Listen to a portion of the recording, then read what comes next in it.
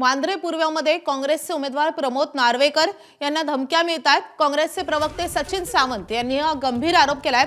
भाजपच्या जवळच्या व्यक्तीकडून जीवे मारण्याच्या धमक्या दिल्या जातात असा सावंतांचा आरोप आहे। माघार घेतली नाही तर जीवे मारण्याच्या धमक्या दिल्या गेल्याचं सावंतांचं म्हणणं आहे। तर काँग्रेसच्या उमेदवारी मागे घेण्यासाठी जीवे मारण्याची धमकी दिली जाते असा आरोप सचिन सावंत यांनी केलाय।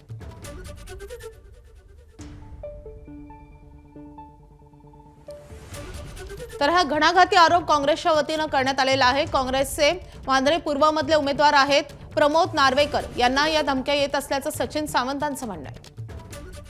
आपण सचिन सावंत यांचे एक्सपोस्ट पाहतोय।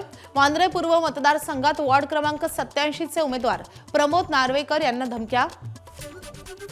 कार्यालयात येऊन भाजपजवळ असलेल्या व्यक्तीनं दिल्या धमक्या।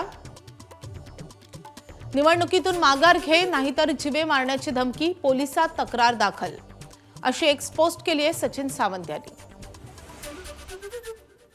तर राजकारण किती खालच्या पातळीवर नेऊन ठेवलंय पहा।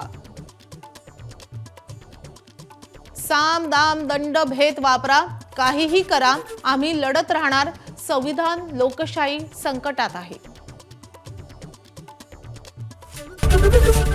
एबीपी माझा, उघडा डोळे बघा नीट।